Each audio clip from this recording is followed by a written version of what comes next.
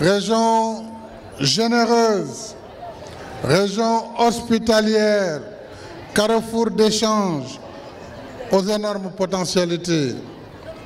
Je vous avais fait la promesse de réhabiliter la route Tamba-Kidira en passant par Goudiri et la route Kidira-Bakel. J'avais également promis de construire la route Goudiri, Djankhemaha, Sadatou. Aujourd'hui, nous voici réunis pour inaugurer cette belle infrastructure, donc un projet réalisé tel que promis.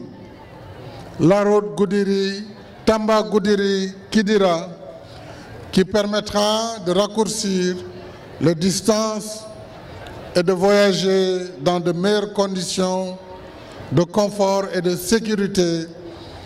Cette route contribuera à renforcer l'accessibilité des localités de la région ainsi que la connectivité entre elles et les pays voisins, dont le Mali, un de nos partenaires commerciaux de premier choix. Et depuis Goudiri, je voudrais saluer le peuple malien ami ainsi que ses autorités. Avec cette nouvelle route, nous poursuivons la mise en œuvre soutenue du plan Sénégal émergent, dont le volet développement des infrastructures de qualité est un élément moteur, amplificateur de la dynamique de croissance qui est elle-même génératrice d'emplois et de richesses. Cette nouvelle route va contribuer assurément à renforcer la compétitivité de notre économie, car par ici passe l'essentiel du trafic des personnes et des biens entre le Mali et le Sénégal. Cette route, on l'a dit, longue de 185 km, un axe routier qui est un véritable corridor économique et un levier valorisant les potentialités économiques, culturelles et touristiques de tout le Sénégal oriental. Et en plus de la route principale, nous avons, vous l'avez rappelé, la route de contournement de Tamba sur 10 km. Nous avons l'aménagement d'un grand parking pour les gros porteurs à Kidira. Ici même, cette place à Goudiri et 2 autres parkings à Tambacounda et à Koupentoum. L'éclairage public, nous l'avons vu, le long des villes de Tamba, de Goudiri et de Kidira, mais aussi la réalisation de 150 km de pistes rurales de désenclavement et la construction d'écoles, de postes de santé, j'allais dire de cases de santé, de postes de santé, notamment à Sinthiou-Fissa, ainsi que la réalisation de 8 forages et de 4,6 km de murs de clôture pour 12 écoles élémentaires. C'est donc l'occasion pour moi de renouveler mes remerciements au Royaume d'Arabie Saoudite et à l'État du Koweït pour leur soutien précieux à la réalisation de ces projets à travers des prêts du Fonds saoudien pour le développement et du Fonds koweïtien pour le développement économique arabe. Excellence, Monsieur l'ambassadeur, vous voudrez bien transmettre mes remerciements et ma gratitude à Sa Majesté, le roi Salman Ben Abdelaziz Al Saoud, serviteur des 2 saintes mosquées, à son Altesse royale Mohamed Ben Salman, Premier ministre d'Arabie Saoudite, et à son Altesse Cheikh Nawaf Al-Hamad Al-Sabah, émir de l'État du Koweït, pour l'appui constant aux efforts de développement du Sénégal. Je voudrais également remercier l'entreprise Areski qui n'a ménagé aucun effort pour travailler dans les délais, mais aussi les bureaux d'études Sira, AGEC, APAV Sahel et Al-Obaïd pour la qualité des ouvrages et surtout la diligence des travaux.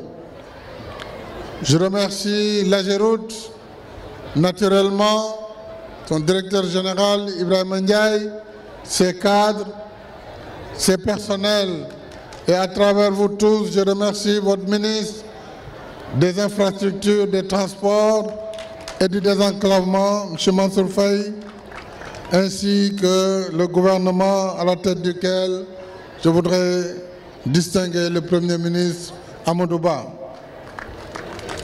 Mesdames et Messieurs, le grand défi et la responsabilité dans la gestion des infrastructures réside dans sa préservation. Nous devons tous veiller à la sauvegarde du bien commun, y compris les usagers qui ont l'obligation d'observer strictement les normes prescrites. C'est ce qui assurera la durabilité. Je félicite donc les acteurs, les ministres également de la coopération qui vous a accompagné et le ministre des Finances dans la réalisation de ce projet. Mais vous savez, après l'axe Tamba, Goudiri, Kidira, Bakel, le travail n'est pas fini car nous avons démarré le programme spécial de désenclavement, le PSD, qui concerne l'aménagement de 2700 km de routes en milieu rural ou intercommunal et de 150 km de voies urbaines, la mise à niveau du réseau structurant sur un linéaire de 1000 km ainsi que la construction d'ouvrages d'art sur l'étendue du territoire national. Et ceci dans les prochaines 5 années à venir. Ces travaux seront réalisés pour l'essentiel par les entreprises locales, ce qui favorisera la promotion du secteur privé national.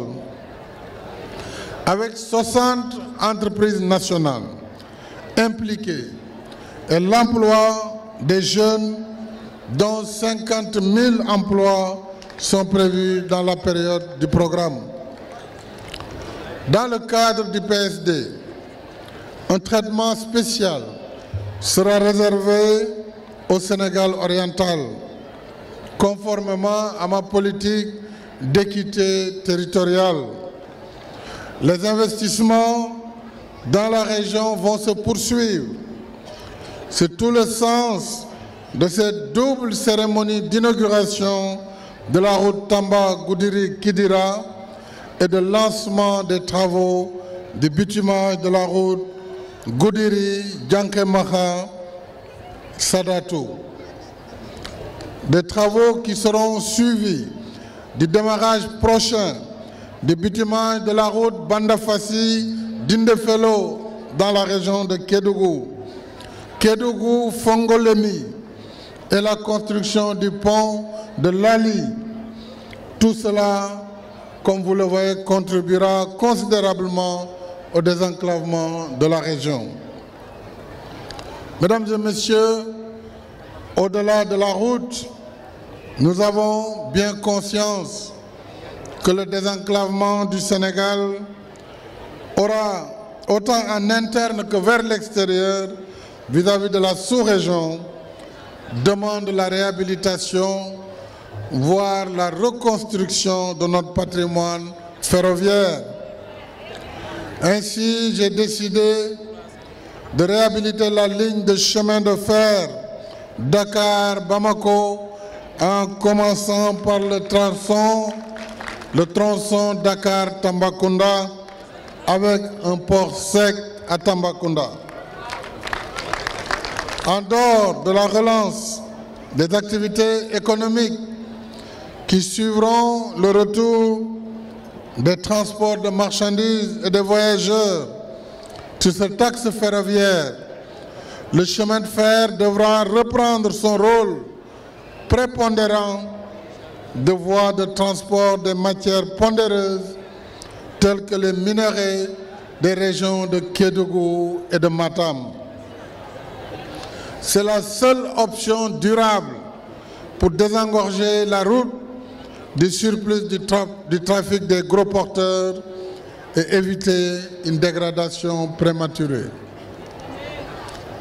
De plus, tout transfert de trafic marchandises de la route vers le chemin de fer se traduit par un gain économique et financier pour les transporteurs, mais aussi une contribution significative dans la lutte contre l'insécurité routière et surtout un avantage logistique pour le port autonome de Dakar. C'est pourquoi, tel que prévu dans le PSE, en termes de hub logistique, Tambacounda y jouera un rôle de premier plan avec l'implantation d'une plateforme logistique. Je l'ai indiqué, ce sera un port sec, une zone de stockage et d'échange de marchandises où l'intermodalité sera une réalité pour le corridor ferroviaire et routier Dakar-Bamako. Je vous donne, Inch'Allah, rendez-vous pour d'autres chantiers et l'inauguration d'autres ouvrages structurants, symboles de notre ambition pour construire le Sénégal de tous et le Sénégal pour tous. Je voudrais encore une fois, population du Bundu et du Gadiaga, population de Tambacounda, vous dire merci, on diarama, Animbarka, Albarka.